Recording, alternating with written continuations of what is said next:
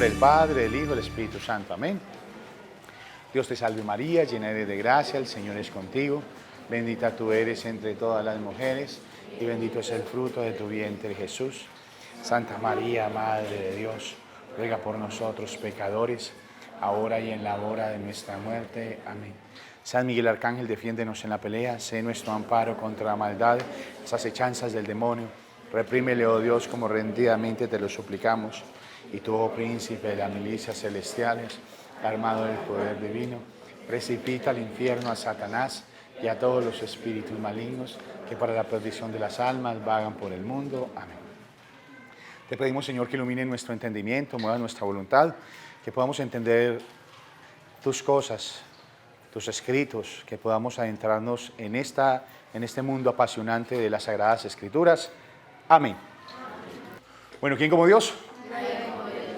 Entonces estamos estudiando los evangelios sinópticos. Evangelios sinópticos que son evangelios que tienen cosas similares, que tienen cosas parecidas. ¿Como cuál? ¿Como qué? Algunos coinciden en la infancia de Jesús, algunos coinciden ¿en qué más? En la vida pública, en la pasión, y vimos la estructura que tenían más o menos estos evangelios.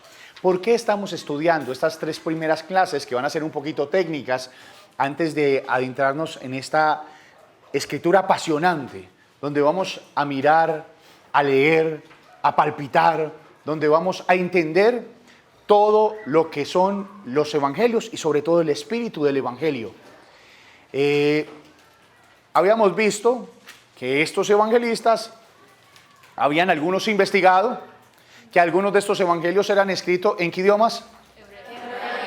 Algunos en hebreo, arameo y en otros en cuáles, en griego.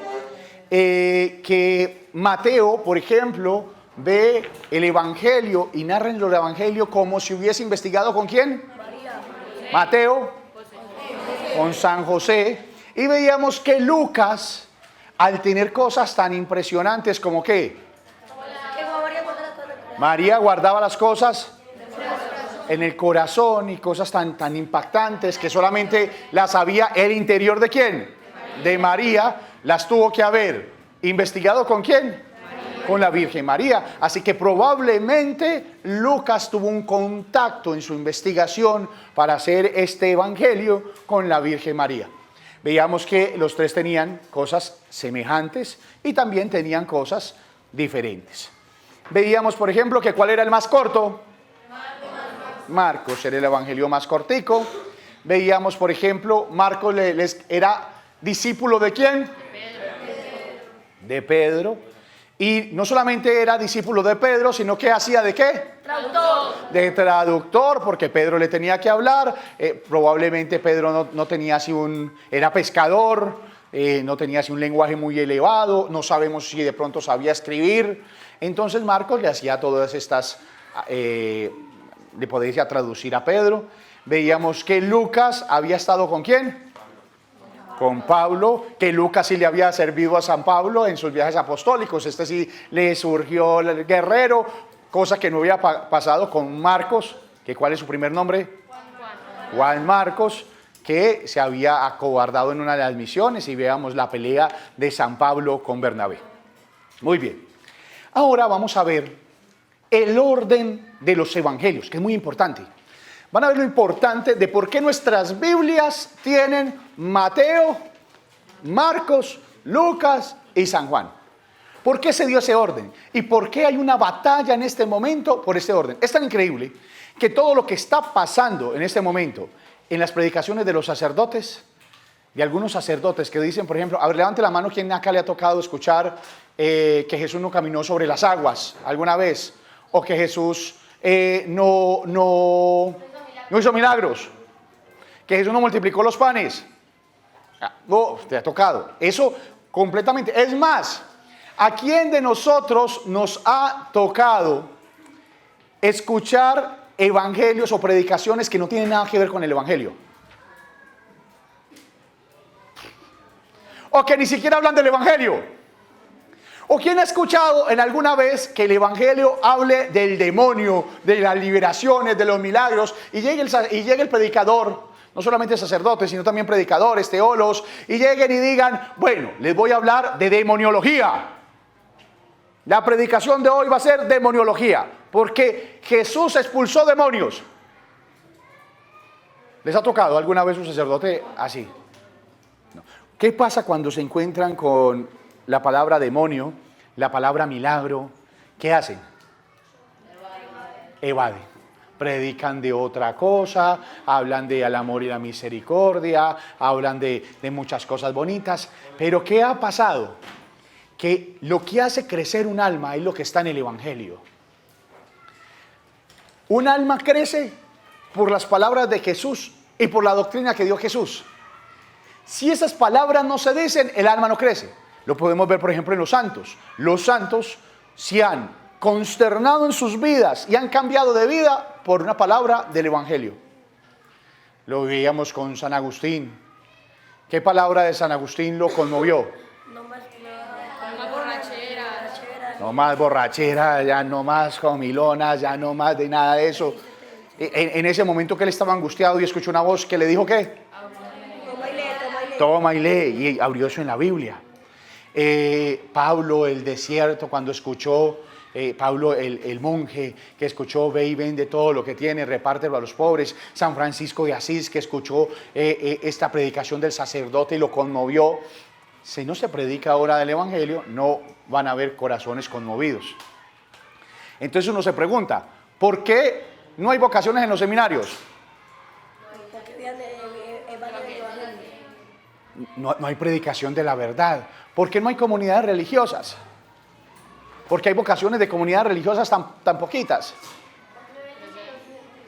Porque no hay predicación, no hay nada. Por eso es que acá el 80% van a ser monjas. Gracias, Señor, por esta revelación tan hermosa que nos está dando. No, mentiras.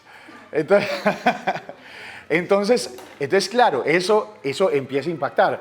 ¿Quién ha visto, por ejemplo, un padre, Carlos Yepes, que en sus homilías, quién de ustedes ha visto que alguna homilía que él haga en su iglesia exista nada más una o dos personas ahí viéndole la homilía? ¿Cómo son las iglesias o las parroquias cuando predica el padre Carlos Yepes? Llenas. ¿Por qué? Predica el evangelio, predica de todo lo que dice el evangelio, porque es lo que la gente necesita. También estaría mal que un evangelizador o que un teólogo o un predicador nada más hablara de demonio. También estaría mal. ¿Por qué? Todo demonio. No, el evangelio hay que hablarlo completo. Entonces eso también estaría mal. Llegó la Magdalena y le iban a apedrear. Y Jesús la tomó y la miró y le dijo, levántate y no peques más. También estaría mal que un predicador dijera, ¿sí ve? Eso es el demonio. Es que la mano de María Magdalena tenía 80 demonios, esto y lo otro. No, estaría mal. ¿De qué se puede hablar? La misericordia, el amor, Dios lo perdona, esta pecadora le iban a apedrear, se convierte en una adoradora por el amor de Dios, etc. ¿Por qué les voy a dar este tema? ¿Y por qué ustedes van a ser uno de los pocos en el mundo que van a conocer este tema? Es más, hay más personas que conocen lo que vimos ayer con el átomo y los electrones a personas que conozcan este tema. Porque se ha hecho un plan para quitarle lo sobrenatural a la Biblia.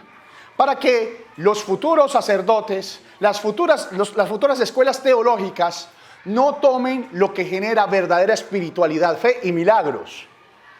Pero eso es un plan desarrollado. Eso es un plan que se ha hecho para poder acabar la espiritualidad. Yo estudié teología. Los profesores que me hablaban así, como les voy a decir ahora, usted no los veía espirituales. Usted los veía con una espiritualidad flaca. Usted no los veía orantes. En cambio, los profesores que sí estaban bien, que leían el evangelio, que lo creían con fe, llegaban a la clase y uno decía, esto es tan impresionante. Uno sentía en su corazón, uy, me va a hablar de cosas tan hermosas que me van a encender el corazón más de lo que tenemos encendido los cachetes por este calor tan gigante que está haciendo en este salón. Muy bien, entonces vamos a ver varias cosas. Toda la tradición cristiana hasta el siglo XIX. Oigan esto, todo cambió en el siglo XIX. Y eso es la primera parte ilógica. Si hasta el siglo XIX se creía una cosa, y la iglesia católica y los teólogos, todos los teólogos católicos, creían una sola cosa, es ilógico que 19 siglos, 1900 años, hayamos estado engañados y solamente unos iluminados en el siglo XIX, porque el siglo XIX es el siglo de los iluminados. Por eso va a haber una época que se llama el iluminismo, porque todo el mundo se va a creer, mejor dicho, de todo, iluminados de todo. Es más, es en ese siglo donde nacen la potencia supuestamente de los testigos de Jehová y nace Russell y todos estos, sí. El siglo de la luz, el siglo de la razón. Cuando estemos viendo la Primera Guerra Mundial, vamos a ver que el siglo de la razón, de la luz y de todo el intelecto y de todo lo más grande en la razón se vino abajo. ¿Por qué? Porque se empezaron a matar. Muy bien. Entonces, la tradición hasta el siglo XIX sostuvo que San Mateo había sido el primero que escribió el Evangelio y que todos los demás se habían referenciado en San Mateo.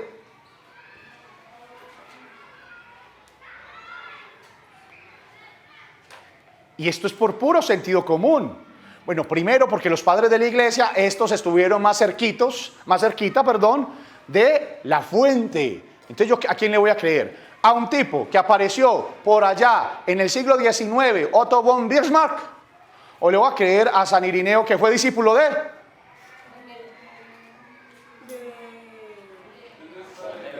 San Policarpo de Esmirna, y San Policarpo de Esmirna fue discípulo de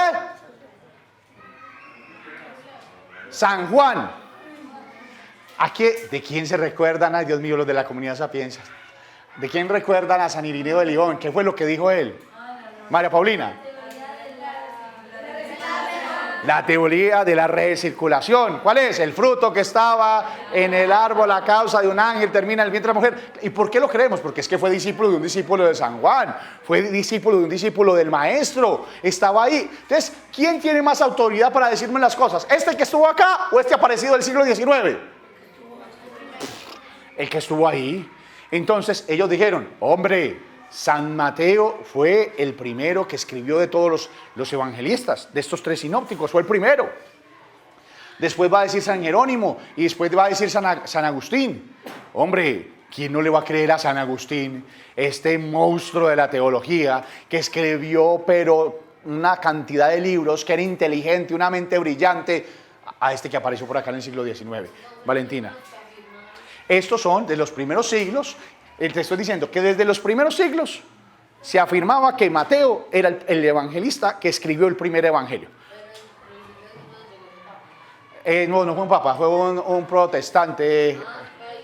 No, acá le voy a decir porque no se me adelante, vamos apenas aquí. ¿Listo? Tranquila, no se me descobije. Entonces vamos así. Era sentido común que era Mateo. ¿Por qué? Recuerden que el sentido común es el menos común de los sentidos. ¿Quién dice eso? Chesterton. Muy bien. Entonces, San Irineo de León, San Jerónimo, San Agustín decía, hombre, es lógico. ¿Por qué es lógico? ¿Quién me dice que? ¡Claro! Porque es el apóstol. ¿No era más lógico que el que estuvo en todo con Jesús escribiese de primero? ¿No era más lógico que fue la fuente ocular? ¿No era más lógico que los Marcos y Lucas se basaran primero en el libro del apóstol para poder hacer su evangelio? Pues era lógico. Y eso se creyó, pues, y también se creyó científicamente, y hay estudios que lo comprueban, y ya les voy a decir cuáles.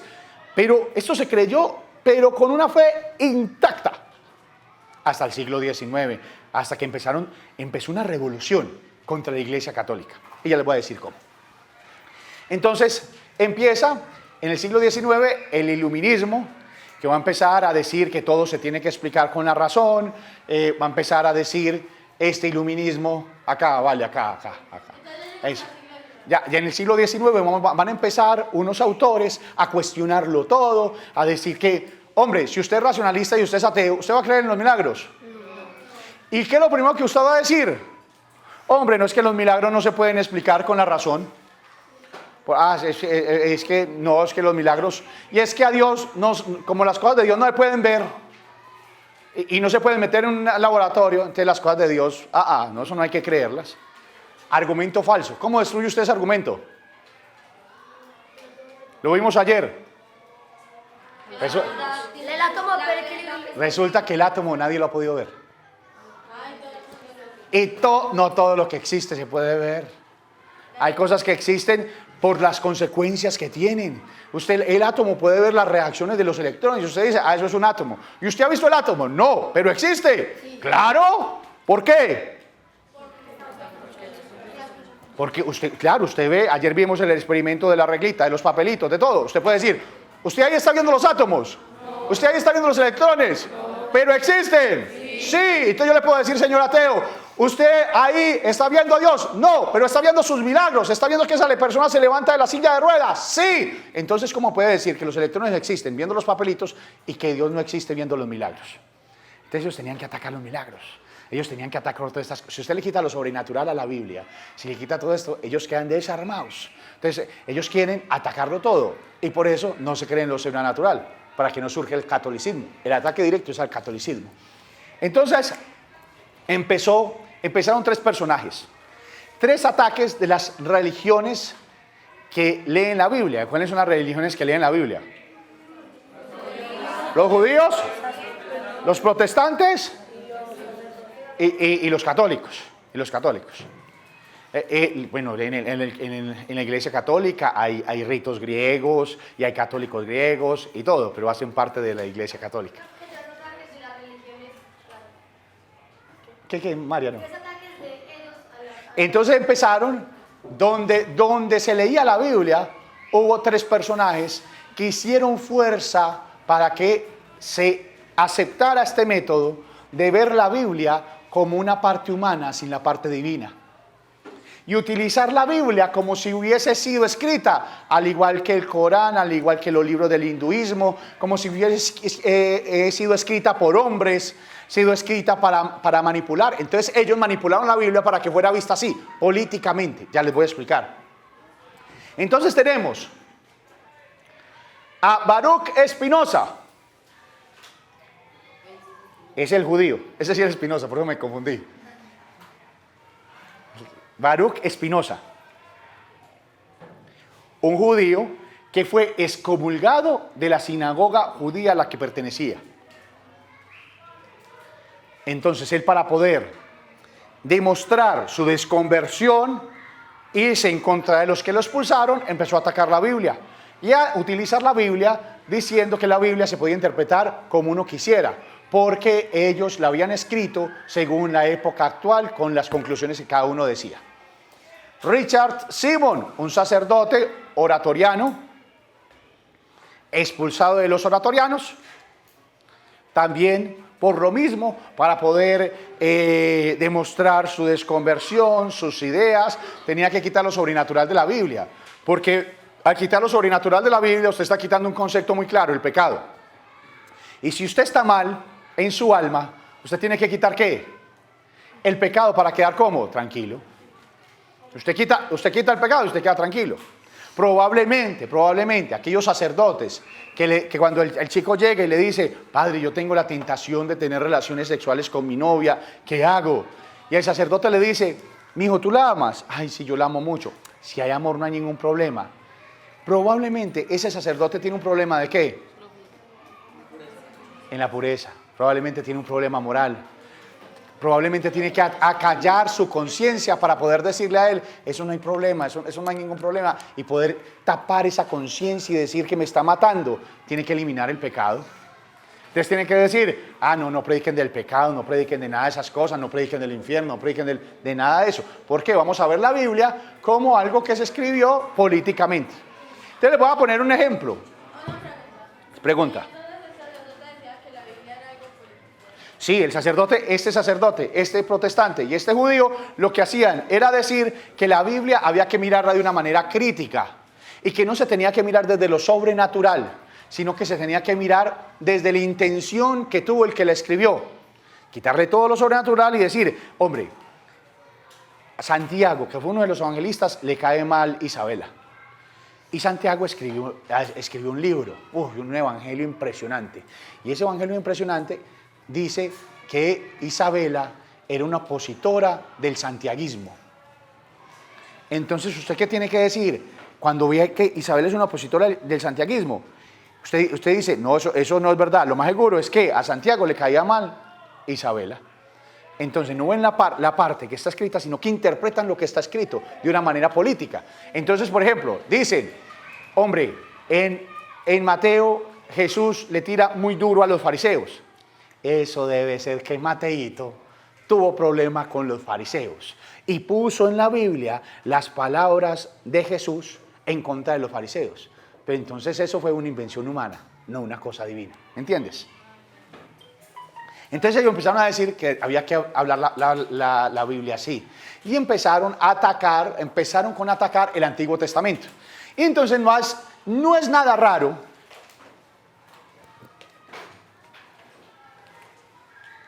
¿Hasta qué hora es la clase?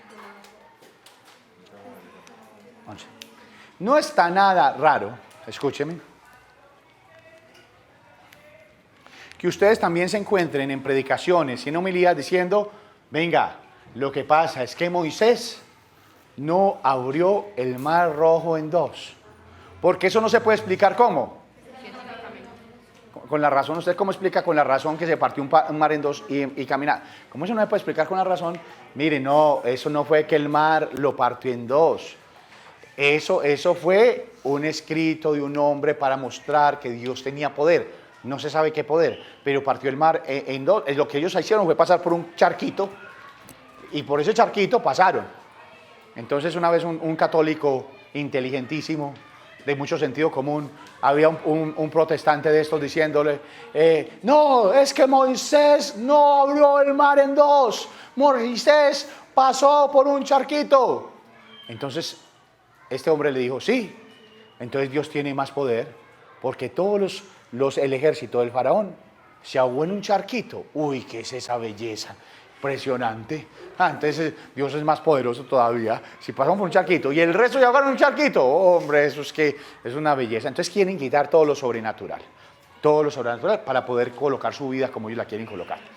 Entonces les voy a colocar en el Antiguo Testamento, hicieron lo siguiente. María Isabel Gallego.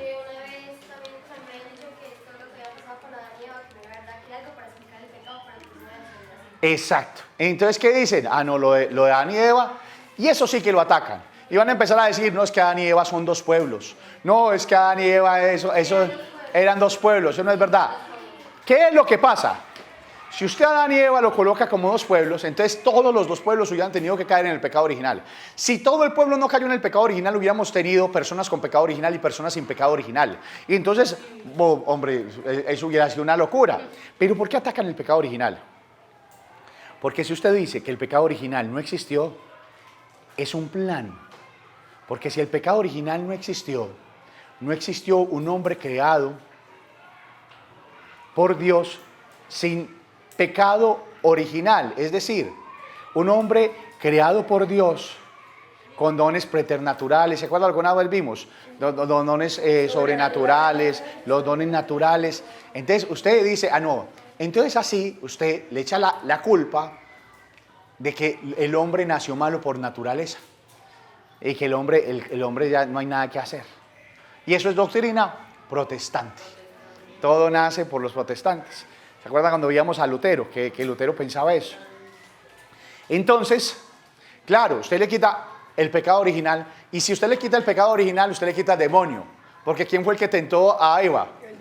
El demonio. Entonces, si el demonio no está ahí, entonces ya la conciencia de los que quieren pecar y seguir siendo católicos queda tranquila. ¿Por qué? Porque dicen, no hay pecado, no hay demonio. No, tranquilo. Y lo que dice la profe, la filosofía, toda la psicología que se ha dado y la filosofía de Nietzsche, de Freud, todo eso es, el hombre es malo, no hay nada que hacer. Cuando nosotros sabemos que el hombre es perfectamente, con la gracia, puede llegar a un estado de santidad y bondad hermoso. Entonces ellos van a decir que el Pentateuco fue escrito de esa manera acomodada. Y esto se vuelve famoso. Al principio nadie le da para bolas porque esto tiene mucha fuerza por los protestantes, nadie les para bolas. Pero como en la guerra de los 30 años, fue una guerra que se dio entre protestantes y católicos, los protestantes van a hacer lo que sea para poder acabar con el catolicismo. Y van a utilizar la Biblia, como vamos a ver ahora con Otto von Bismarck, de manera política para acabar con dos cosas hermosas, la Eucaristía y el Papa. Pero ya vamos para allá. Entonces ellos, en el Antiguo Testamento, se inventaron para poder decir y acomodar las cosas. Van a decir, ay no, es que el Antiguo Testamento, oiga, antes todo el mundo, toda la doctrina decía, el Antiguo Testamento, el Pentateuco, la gran mayoría, ¿la escribió quién? Moisés. No, pero ¿cómo Moisés va a escribir todo eso? No, porque si usted enaltece la figura de Moisés y dice que Moisés escribió esto, entonces usted ya no puede decir que el Mar Rojo no se abrió. Porque si Moisés lo escribió, Moisés fue un testigo ¿qué? Ocular. Fue un testigo ocular. Entonces, si el testigo ocular, lo primero que tenemos que hacer para quitarle todo lo sobrenatural a la Biblia es mochar el testigo ocular. Entonces, ¿qué es lo más fácil? Decir que Moisés, ¿qué? No escribió el Antiguo Testamento, inventarse una teoría loca, que todo, así con corte de intelectualidad, que todo el que está allá sentado, llega un profesor bien intelectual, este tipo hablando 4 idiomas, y va a decir, uy, qué mandan de eso. Es que Moisés no escribió nada, y se volvió popular. Y con la ayuda del demonio. Porque todo esto, el demonio y la masonería, lo que vamos a hablar si Dios quiere en la reunión general dentro de este lunes en 8, la masonería y el nuevo orden mundial, no se la vayan a perder por nada del mundo. Todo eso viene articulado, armado, para que estos hombres, para que este hombre, si tiene vocación sacerdotal, jamás encuentre su amor por Cristo y por la iglesia. ¿Cuántas vocaciones se han perdido por eso? Así. Entonces, ¿qué va a decir? ¿Hasta ahí vamos bien? Entonces, esta es la historia que se van a inventar para poder quitar, ¿qué figura? Los testigos de oculares. Oiga, clave. El plan es quitar los testigos oculares. Si no hay testigo ocular, todo puede ser una invención muy bonita. Entonces, se van a inventar esto para quitar ¿a qué testigo ocular? A Moisés. Para que Moisés ¡puf!, se vaya de ahí. Moisés no escribió nada. No hay ningún problema. Entonces, van a decir, no, el Pentateuco. A ver, estudiantes de religión, ¿qué es el Pentateuco? Sara.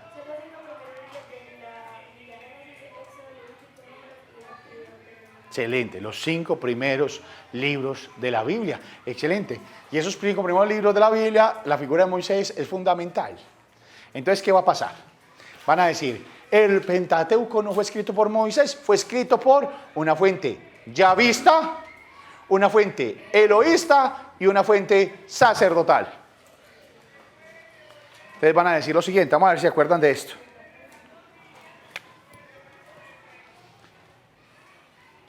¿Quién sea capaz de salir y poner todos los nombrecitos? Tiene una nota.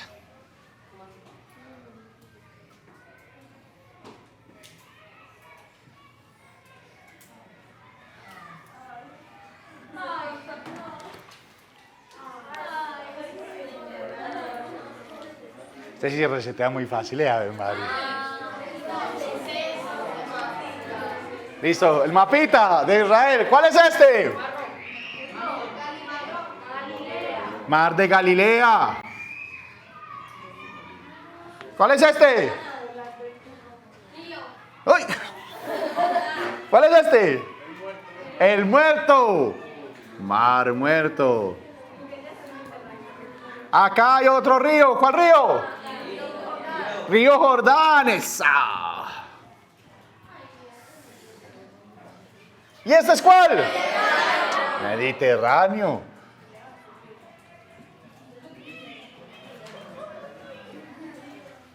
Teito, acá lo vamos a chapucear, pero flotar elegante. Muy bien, y este es el corredor de Palestina. ¿Se acuerdan la historia? ¿Se acuerdan la historia de los imperios? Pues ¿se acuerdan la historia de la división de las tribus del norte con las tribus del sur? ¿Sí se acuerdan un poquito? ¿Quién fue el primer rey de la época de Israel? El primer rey, ¿cómo se llamó? Saúl. ¿Quién sucedió a Saúl? David. David fue bueno, la embarró y toda esa historia. Pero ¿quién sucedió a David? Salomón. ¿Y Salomón fue bueno o regular? Regular. ¿Se acuerdan que Salomón lo que murió idólatra, empezando? Pero ¿se acuerdan que cuando vimos el Antiguo Testamento, Salomón trató al pueblo con mucho rigor y que eso fue una cosa impresionante y cobraba impuestos, servicio militar obligatorio, no los gobernaba con derecho y con justicia? Entonces murió Salomón y surgió su hijo, que le iba a suceder. ¿Cómo se llama el hijo?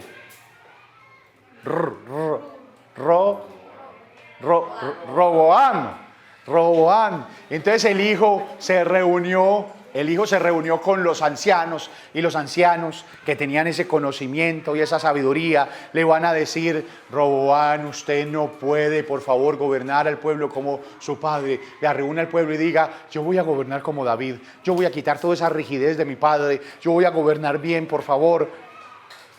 Pero lo llamaron los jóvenes y le dijeron a eso. Le dijeron: no, Roboam, ¿usted la va a dejar montar? No. Usted tiene que decirle al pueblo: yo voy a ser más duro que mi papá y para las que sea. ¿Y qué hubo pues? Y voy a ser más duro y voy a cobrar más impuestos y esto y lo otro. Y dijo eso. ¿Y qué pasó? Hubo un hombre llamado Jeroboam que llegó y dijo: pues nosotros no aceptamos por nada del mundo eso. Y se dividieron las tribus del norte con Jeroboam y 10 tribus. ¿Se acuerdan que aquí quedó Jeroboam? Y acá quedó las tribus del sur, Roboam.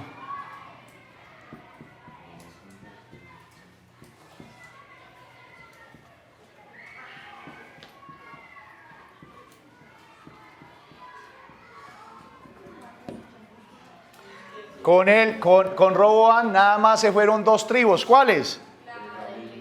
La de Judá y la de Benjamín.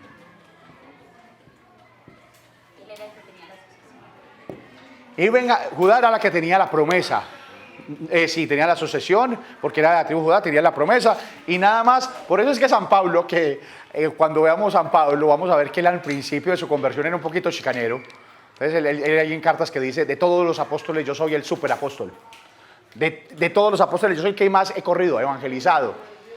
Y entonces él en una de sus cartas va a decir: yo, Pablo, de la tribu de Benjamín, como quien dice, de la tribu que se fue, de la tribu que no fue traidor, de los remanentes fieles, porque estos van a ser los infieles, porque no se fueron con Roboam. Porque así él fuera, les fuese a dar muy duro, estaba la promesa de Dios, que el Salvador venía de la tribu de Judá, de la descendencia de David. Entonces el que tenía fe decía: hombre, este tipo está muy bravo, pero si Dios lo prometió, sigámoslo, hermano, sigámoslo. Entonces, ¿entendido esto? ¿Todo bien? Pipi. No voy a borrar, pero bien, vamos bien. Listo. Entonces, ¿qué van a decir de esta historia estos que quieren atacar y quitarle lo sobrenatural? Entonces, como vieron esta historia, van a decir: no, miren, eso es muy sencillo. La fuente, va a haber una fuente ya vista. No, para atacar a Moisés y decir que esto lo escribió fue el hombre, no Moisés, porque Moisés es el que cuenta toda esta historia y todas las cosas, es lo que pasó en el Pentateuco y lo que pasa en todo esto, y que después van a venir los reyes, que entre los reyes lo va a escribir Salomón, David, entonces va a decir en todo el Pentateuco y en todo el Antiguo Testamento va a haber, no vea. Lo que pasa es que vea, lo que conviene a las tribus del sur, lo van a escribir la fuente ya vista. Entonces, cuando usted vea que le están tirando duro a lo de las tribus del norte, ¿eso lo escribió quién? La fuente ya vista. Eso. La fuente ya vista son los que defienden las tribus del sur. Entonces, si hay un ataque a las tribus del norte en la Biblia, ¿eso lo escribió quién? ¿Se acuerdan el ejemplo que coloqué con Isabela? Isabela me cae mal, por lo tanto voy a hacer un escrito, un evangelio santiaguino que va a decir que Isabela es una mala. Entonces ellos quieren hacerle pensar a las personas eso, que todo lo que diga malo en la Biblia fue la fuente ya vista. Ah, sí ve, es que la Biblia fue escrita humanamente, no sobrenaturalmente. Le quitamos lo sobrenatural, eso es humano. Y siempre que escuchemos que las tribus del norte o los reyes del norte son malos, ¿lo va a escribir quién? La vida vista.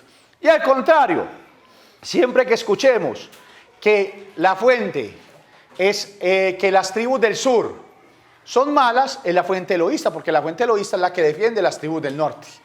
Entonces van a decir, no, esta es la fuente eloísta, las que defienden las tribus del norte. Entonces, cada vez que hablan mal de las tribus del sur, vea, eso es humano, todo eso es arreglado, todo eso lo escribieron los hombres. Y va a haber una fuente sacerdotal que van a decir, ¿se acuerdan de los destierros? Estos pueblos va a ser desterrado ¿a dónde? A Babilonia. ¿No se acuerdan que aprendimos la canción? Sí, con nostalgia de ti me he sentado a llorarte. Entonces, en el destierro que van a desterrar a todas estas personas a Babilonia, cuando ellos vuelven de Babilonia, van a haber reyes. No, porque todos los desterraron para Babilonia, no había reyes, había nada más los sacerdotes. Entonces van a decir, la fuente sacerdotal es todo lo que ustedes vean en la Biblia para poder darle fuerza al sacerdote. Y todo eso, entonces la Biblia para ellos es una acomodación de lo que querían acomodar los yavistas, de lo que querían acomodar los eloístas y lo que querían acomodar la fuente sacerdotal. Todo eso, ¿para qué? Para quitar los testigos oculares. Sí.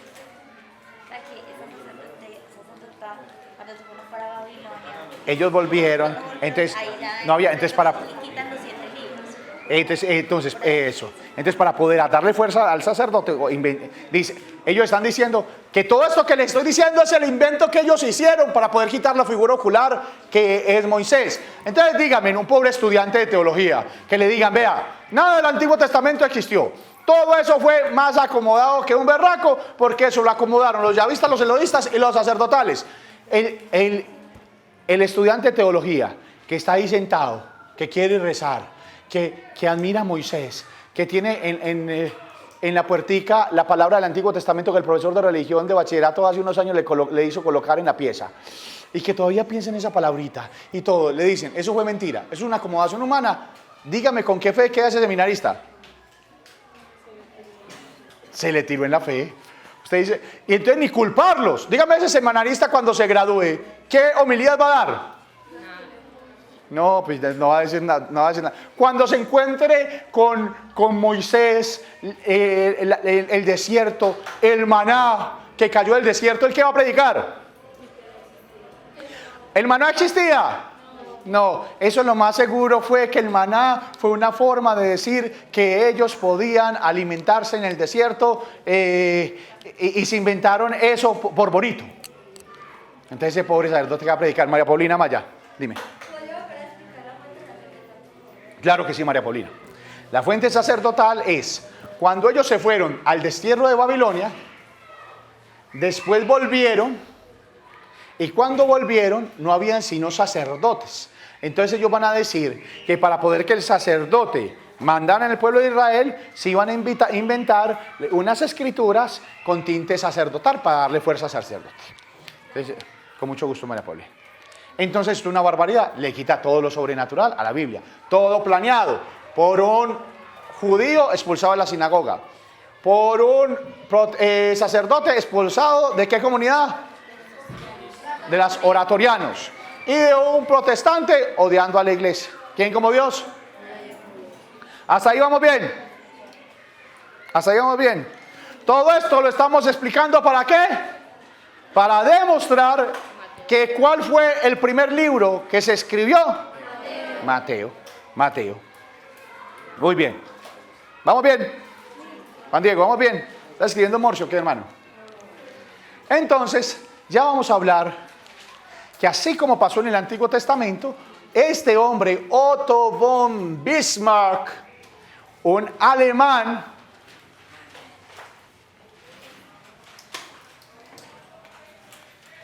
va a hacer lo mismo que hicieron estos con el Antiguo Testamento. Y el plan va a ser el siguiente. Para poder quitarle lo sobrenatural a la Biblia, yo tengo que quitar ¿a qué? No, ¿a qué? ¿Qué quitaron en el Antiguo Testamento? Al testigo ocular. Por lo tanto, si yo pongo a Mateo como el primero, no me funciona porque él fue ¿qué? Testigo ocular. Entonces, ¿qué voy a poner? Voy a colocar a San Marcos. Voy a colocar a San Marcos como el primer evangelista, como el primero que lo inventó. Y como este hombre y todos los que siguen son protestantes, queda redondito, porque como San Marcos no tiene casi textos, porque es el más pequeñito, la síntesis más pequeña, San Marcos no tiene casi textos del papado de Pedro. Y en cambio Mateo sí tiene. ¿Cuál tiene Mateo? Tú eres Pedro y sobre esta piedra edificaré mi iglesia. Ese no me funciona. Por lo tanto hay que quitar el testigo ocular. Y hay que quitar el evangelio de Mateo. Y hay que colocar el de Marcos. ¿Para qué? Como no tiene casi textos de la Eucaristía. Y no tiene casi textos del Papa. Mateo sí tiene bastantes. Entonces hay que quitarlo. Entonces va a decir, coloquemos primero a Marcos.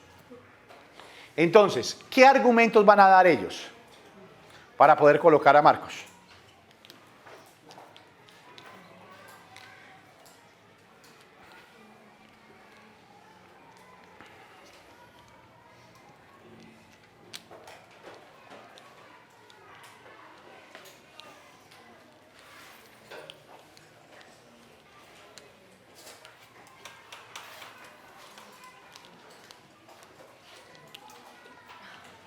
Van a colocar unos argumentos primero rebuscados, pero van a colocarle lógica para que eso coge fama y se afame. Al principio empezó en los protestantes y después empezó en todo. Y se metió a la Iglesia Católica. Entonces, ¿cuál va a ser el primer argumento de ellos? Va a decir, San Marcos es escrito en un griego, como lo veíamos en la clase pasada. Es escrito en un griego lakoiné. Así se escribe. Griego lakoiné. Entonces, San Marcos va a ser escrito en el griego del pueblo, en un griego que tiene muchos errores gramaticales, en un griego que cuenta que un granadino escribiese un evangelio. Eso queda claro. O sea, va a quedar muy bonito, pero va a quedar así como que el español del Quijote, no. Eso va a quedar... No. Entonces va a escribir en un griego muy de poca estructura gramatical. Es más, va a escribir va a tener algunos problemas de geografía. El evangelio va a ser más cortico, más... Entonces, ¿cuál es el argumento de ellos? Vea, ¿sí ve? Por eso es que ese es el primer evangelio que se escribió. ¿Por qué? ¿Quién le mete sentido común?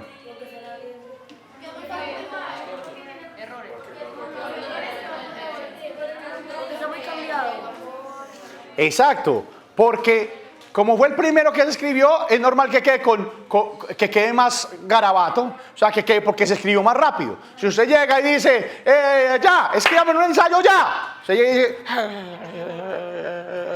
pero si yo le digo, no, escríbame un ensayo dentro de 8 o 15 días, ¿usted lo va a poder hacer qué? Con calma. Entonces ese es el argumento, miren que tiene lógica. Y va a decir, no, es que por eso quedó ese griego así. Y porque el griego de Mateo ya sí es un griego estructurado, más lindo, más fino, más elaborado, mucho mejor, una escritura mejor, etc. Entonces ese va a ser el primer argumento. Ellos van a decir, no, es que por eso, pero es un argumento que se cae por su propio peso. Y si Mateo era más inteligente y escribía mejor, entonces ¿qué? A la misma le pusieron problema. No, y estamos hablando de velocidad que no fue un día, fueron años, porque los evangelios se escribieron por ahí 30 años después, 20 años después de los acontecimientos. Entonces estamos diciendo que, hombre, por rápido, así sea muy rápido, tuvo todo el tiempo de elaborarlo bien. O sea que ese argumento se cae, por supuesto, pero es un argumento inventado, que usted se lo dice a unos estudiantes de teología, como yo se lo digo, y todos los estudiantes van a decir ¿qué? Sí, claro. Segundo, los teólogos alemanes se volvieron ateos.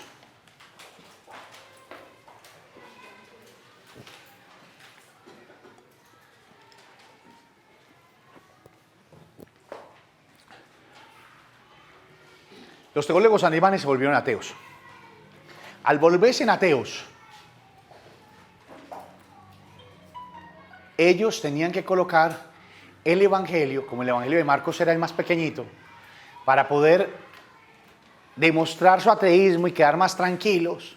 Tenían que colocar el de Marcos, porque el de Marcos es el que habla menos de las apariciones de la resurrección, de Jesucristo como Dios. Es el menos detallado, el de Marcos es el más pequeñito.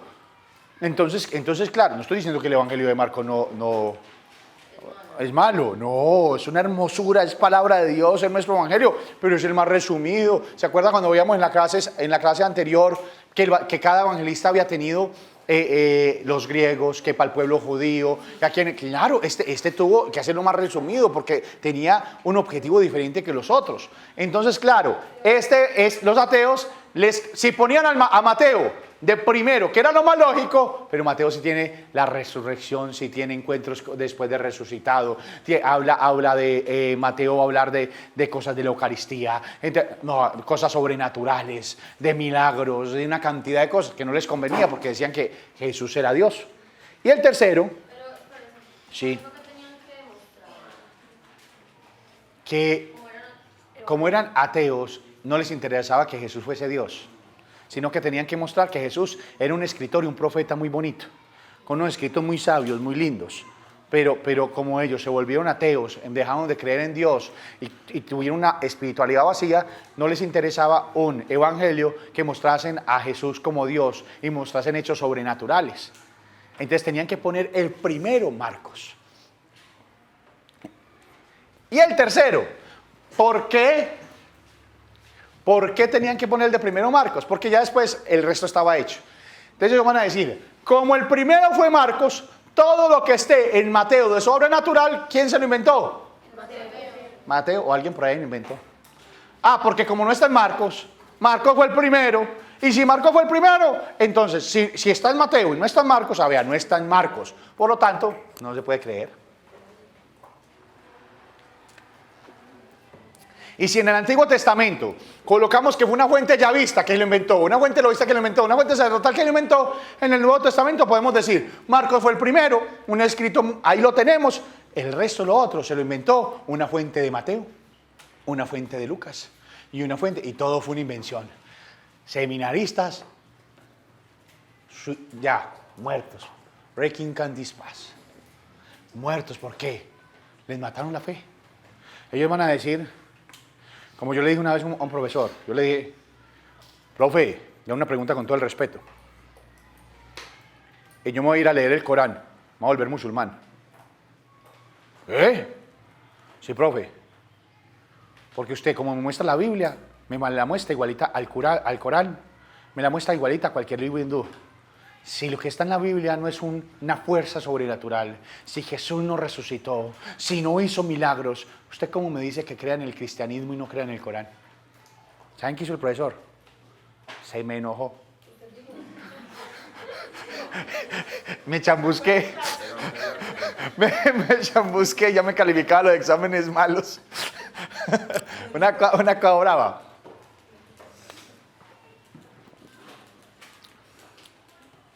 Entonces, claro, todo fue añadido.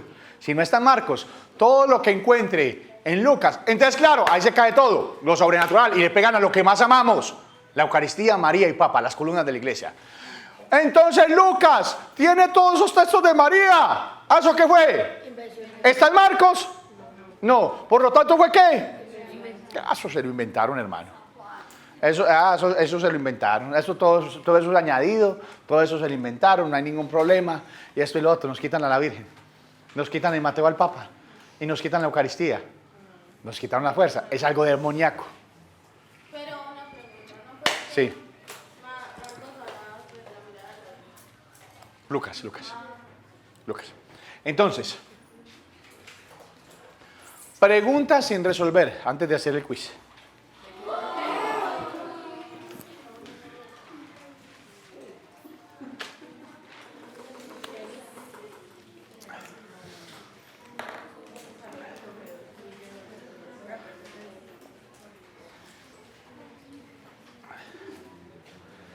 Preguntas sin resolver. Tranquilos, no se angustien. A todos les va a ir muy bien. Hoy es el día de los 5.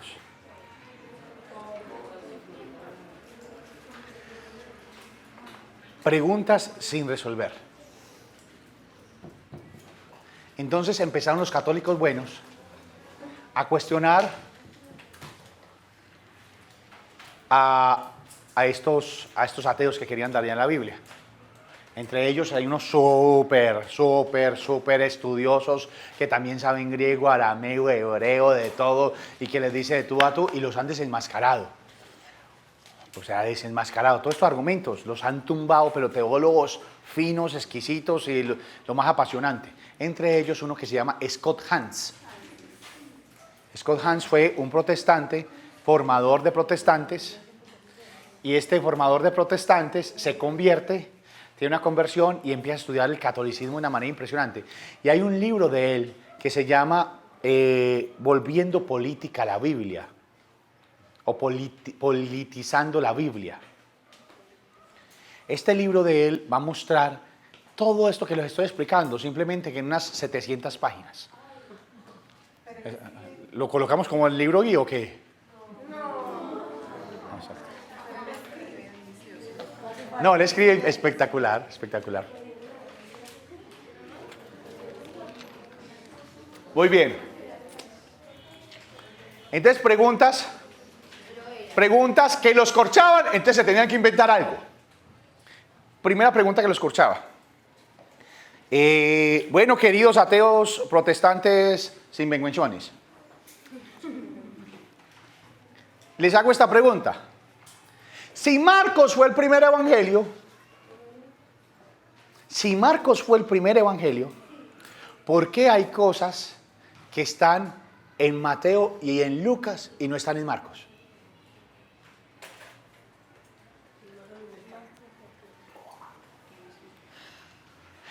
Se lo inventaron, pero entonces los dos se inventaron la misma cosa.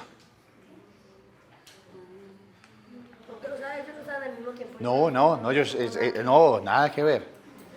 ¿Quién sabe si conocieron? No se sabe.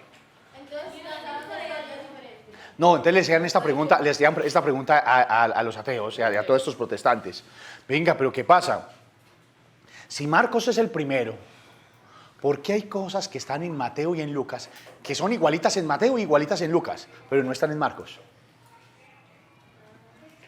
Ah, se lo inventaron. No, pero es que es mucha casualidad. Se inventaron la misma cosa y la misma cosa Y no tuvieron nada que ver. y están copiando del mismo. Hombre, eso es... Entonces, ¿qué hicieron? Como no tenían respuesta, dijeron, nos tenemos que inventar cualquier bobada. Ah, antes nos inventamos. Ah, no, es que deben de haber. Lo que pasa es que Mateo y Lucas tuvieron otra fuente que se llamó la fuente Q. Ah, venga, ¿y esa fuente Q, eso qué es? Ah, no sé, la fuente Q. ¿Y dónde existe eso? Ah, la fuente Q. Venga, hermano, pero eso es una cosa imaginaria. Ah, la fuente Q.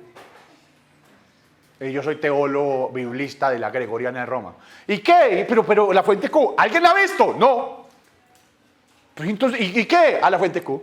Y todos los seminaristas dejan de creer en lo sobrenatural por una cosa imaginaria que no existe, que nadie conoce. Pero la fuente Q sí que es. Pero Ah, no nada.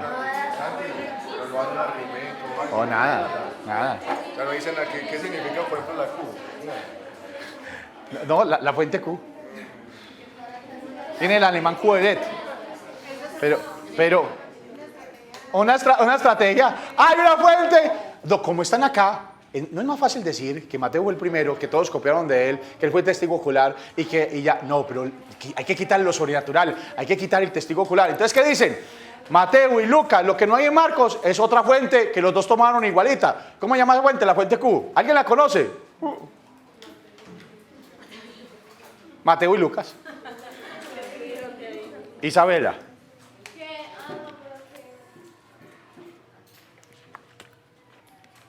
Vale, ¿alguna duda? ¿Y qué pasa con esto? Con Scott Hans. Ah, no, Scott Hans es uno de los que habla. Todo esto que yo les estoy diciendo en un libro que se llama Politizando la Biblia. La clave es que no te quedes, la clave es que no te quedes. Pues entendiste lo de la fuente Q. Oh, entonces yo te lo explico. Mira,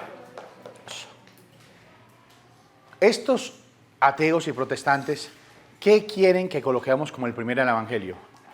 A Marcos. ¿Con qué condición? ¿Con qué objetivo? Quitar el testigo ocular, quitar el testigo ocular, quitar Virgen María, Papa y Eucaristía. Eso es el ataque directo.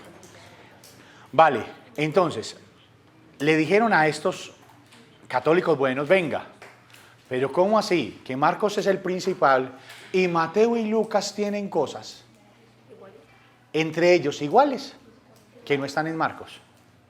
¿Cómo me explica usted eso? Entonces ellos dijeron, no sé, los dos tenían una fuente, ¿pero qué fuente? Llamémosla la fuente Q. Pero la fuente Q existe, la leyeron, ¿qué es esa fuente Q? No, la fuente Q. Pero eso es algo que usted se inventó. Pues no me lo inventé, la fuente que ellos tuvieron. Pero ¿qué eres? Lo único que saben son una cosa inventada. Y así desbaratan la parte sobrenatural. Sí.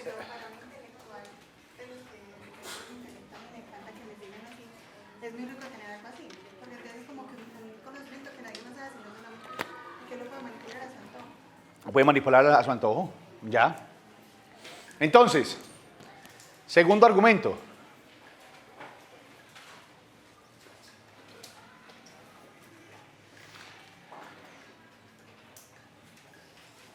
Les decía, miren pues el argumento lógico, que esto es puro sentido común. ¿Qué es el menos? ¿Quién dice eso? Ya está. Miren ese argumento de sentido común. Le van a decir al hombre, vea, a todos estos van a decir, venga, ¿usted cómo me puede explicar?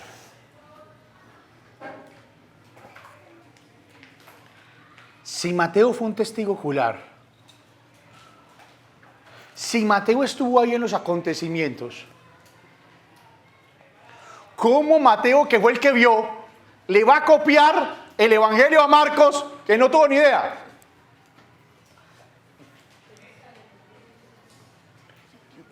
No es una cosa lógica.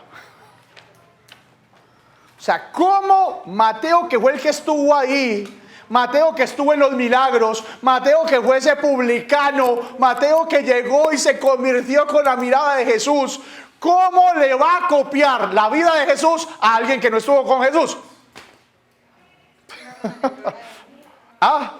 Por eso es que eso tiene que tener una parte demoníaca.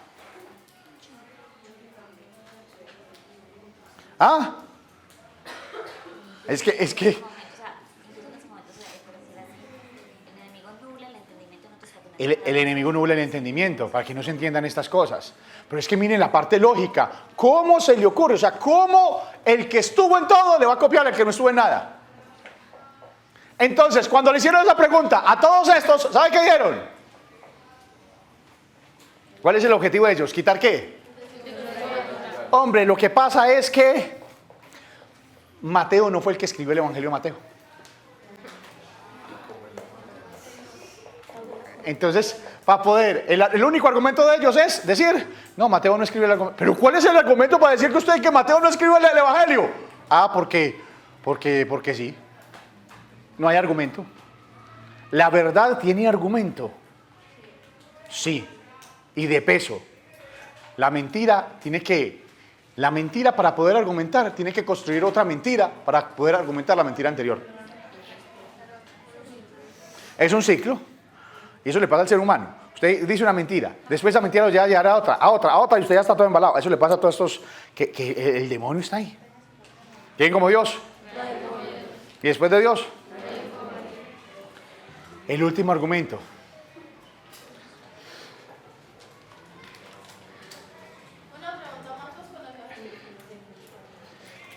No se sabe. No se sabe.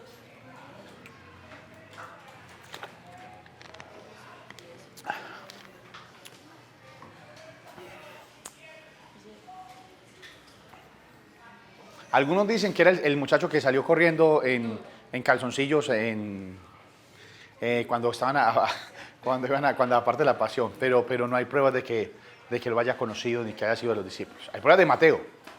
Entonces, miren lo siguiente. Esta sí fue mía. Ese tercer argumento. Para que ustedes vean y para que ustedes puedan... Sí, esa es mía.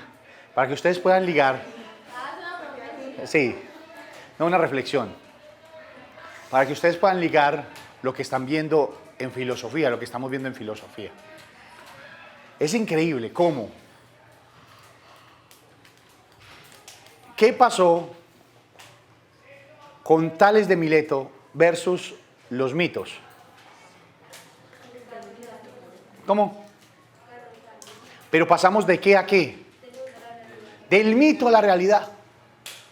En los filósofos griegos pasamos del mito a la realidad. Ahora el demonio nos quiere hacer devolver. Nos quiere pasar de la realidad al mito. Nos quiere pasar de la realidad al mito. ¿Qué es Fuente Q? No sabemos, un mito, es una cosa inventada. ¿Qué es que Mateo no escribió? ¿Eso quién lo...? Ah, es un mito. Una cosa inventada. Cosas que no pueden comprobar. La verdad, por eso Jesús va a decir, la verdad os hará libres. Porque la verdad siempre va a tener argumentos de peso contra la mentira. ¿Quién como Dios? ¿Y después de Dios? ¿Alguna pregunta, alguna duda sobre lo que acabamos de ver? Pero, Vélez. ¿qué es lo que decían ellos frente a la que Mateo, porque le copió a Marcos y Mateo lo que había con él? Y él estaba como, Ah, no, porque cuando le decían, no era más fácil que que Marcos le copiara a Mateo viendo que fue el testigo ocular. Ellos decían, no, lo que pasa es que Mateo no existió, él no fue el que escribió el Evangelio. ¿Generaban qué? ¿Un qué? Un mito, para quitar lo sobrenatural. Sí. Entonces, el último, que es del mito de la realidad, es que argumenta que los otros dos son... Lo que es del mito de la realidad es lo que está haciendo el enemigo con nosotros y con la humanidad en general. Antes de los griegos, para llegar al cristianismo, pasamos del mito a la realidad. Y ahora el enemigo nos quiere hacer pasar nuevamente de la realidad, que es la realidad, la vida sobrenatural, los milagros de Jesús, lo que siempre se ha creído, al mito. ¿Cómo desmontan todo esto? Con un mito, con una mentira, con una mentira. Juanita. Bueno, es porque los protestantes van a tratar de quitar a María, a la Eucaristía y al Papa, utilizando a San Marcos, porque la guerra de los 30 años fue una guerra violenta que se dio de los protestantes contra los católicos. Y después de los protestantes con los mismos protestantes. Los protestantes se dividieron en luteranos, calvinistas, entre ellos se mataban. Entonces, por esa guerra de los protestantes contra los católicos, a los protestantes les interesa quitarnos las bases y las columnas de la iglesia. Sí. La Inquisición protestante. Para lo que dice, cuando estemos viendo el tema de la Inquisición, vamos a ver por qué la Inquisición protestante mató más gente que la católica. Este argumento que dicen pues que los evangelios que no lo describieron pues los evangelistas, sino que pues que una comunidad es que mantiene. Exacto. ¿Eso qué es? Un mito. Entonces, ¿para qué dicen eso? No, es que eso de la multiplicación de los panes fue una forma muy linda que tuvo de ver la comunidad tal, la multiplicación de la bondad de las personas. ¿Y eso qué es? Un mito. ¿Dónde surgió? Siglo XIX. 19 siglos creyendo que el pan se multiplicó. 19 siglos surgiendo santos que multiplicaron panes, multiplicaron comida, levantaron paralíticos, explotaron ídolos. 19 siglos. ¿Cuál es el objetivo de eso? ¿Quitar qué? Lo sobrenatural. ¿Quitar qué? Testigo ocular. Porque si usted dice, el evangelio no lo escribió Juan, sino que fue la comunidad juanánica, ¿usted quitó a quién? El testigo ocular. Entonces ya es muy fácil. Si usted dice, es que Juan dice que no podemos cometer actos impuros. Entonces usted dice, no, es que yo estoy embalado, yo cometo actos impuros, pero el demonio le sopla al oído y le dice, Eso fue la comunidad joánica en esa época, ahora ya no hay problema, Dios es amor. Entonces dice, no, es que eso no hay que prestarle atención, eso fue la comunidad joánica. Entonces, claro, lo que le interesa es quitar el testigo ocular. Quitar el testigo ocular. Yo tengo un libro como de 2000 páginas.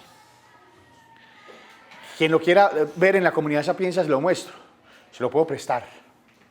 Donde dice, recuerden que a prestar, no, estos hombres ahorita el jueves, eso vamos con todas, ¿cierto, Santi?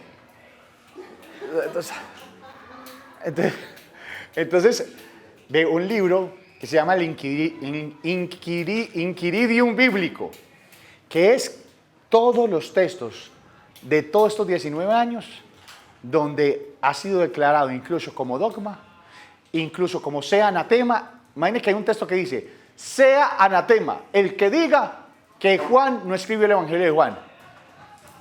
¿Qué significa la palabra anatema? Pero, ¿ellos qué van a decir?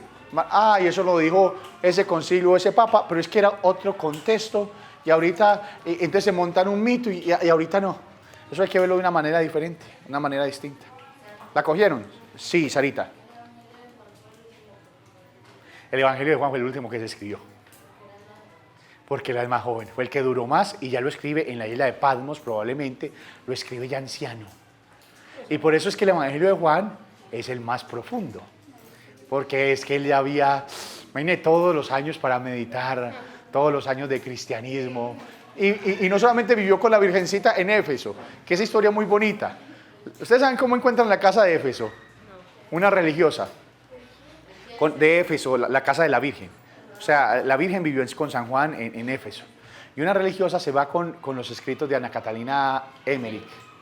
Y se va buscando. ¿Se acuerdan cuando vimos cómo descubrieron Troya? Haga cuenta como este muchacho, pero con los escritos de Emmerich, ya no con la Odisea y la Ilíada. Y se fue con los escritos de Emmerich. Y empezó a llegar y empezó a orar, y cada vez que leía, oraba. Y ella se le metió en el corazón que iba a encontrar la casa de la Virgen, con toda la fuerza. Y dijo, y ella era una familia rica. Y le dijo a toda la familia, vea, por favor, denme toda la plata que tengan. Yo tengo que excavar, yo tengo que buscar. Y empezó a excavar y encontraron la casa de la Virgen. ¿Por qué sabían que era la casa de la Virgen? Porque encontraron una iglesia encima de la casa, custodiando la casa, una iglesia de la época bizantina. Y escritos que decían, acá vivió la Virgen con San Juan. Entonces ahí descubrieron la casa de la Virgen, la casa de San Juan. Entonces San Juan vivió todo eso. Es más, fue el apóstol que estuvo al pie de la cruz. Era el más profundo, era el apóstol por ser joven y ser puro. Era el que entendía las cosas más profundamente. O sea, cada vez que Jesús hace una pregunta, Pedro miraba a San Juan a ver si decía algo para él repetir. Por ejemplo, María Valtorta cuenta que una vez Jesús se llevó a los apóstoles para unos retiros espirituales. Entonces los llevó y le dijo, bueno, el retiro va a ser, entonces todos así, esperando, pero mejor dicho, esperando que, no, la charla así, ay, que nos va a dejar decir Jesús, ahora sí. Y Jesús llega y les dice, bueno, cada uno va a buscar una cueva y se va a meter allá 3 días. Me imagino a Pedro bien sanguíneo, diciendo, Dios mío, 3 días, ¿ahora qué hago? Entonces cuando terminó todo eso, salieron. Entonces Jesús les empezó a preguntar, yo les vine a dar una enseñanza, ¿qué entendieron? Y San Juan levantó la manito. Y San Juan dijo, lo que entendí en este retiro es que tú nunca nos dejas solos. Porque ahí en la cuevita siempre te tuve en mi corazón, porque tú eres mi Dios. ¿Quién hablaba ahí? ¿Quién más decía algo? Entonces era más profundo. Y por eso es que los evangelios sinópticos empiezan como una historia. Te saludo, mi querido Teófilo. He recorrido muchos lugares y he mirado todas las tradiciones para poder hacerte un compendio excelente de todo lo que los testigos han visto. En cambio, San Juan empieza en el principio. Dilo, a ver qué te acordás. No, ya no te acordás. A ver.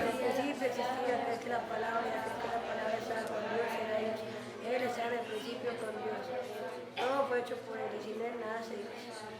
Muy bien. Empieza de una manera hermosa, profunda. Muy bien. ¿Otra pregunta? ¿Quién les queda? Eso ya la, eso, ¿qué? ¿Qué otra pregunta? Muy bien.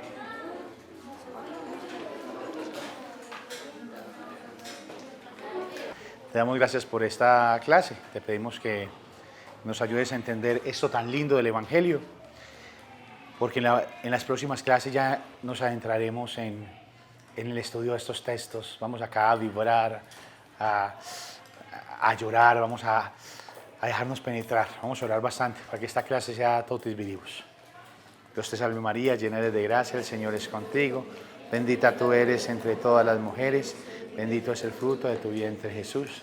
Santa María, Madre de Dios, ruega por nosotros pecadores, ahora y en la hora de nuestra muerte. Amén.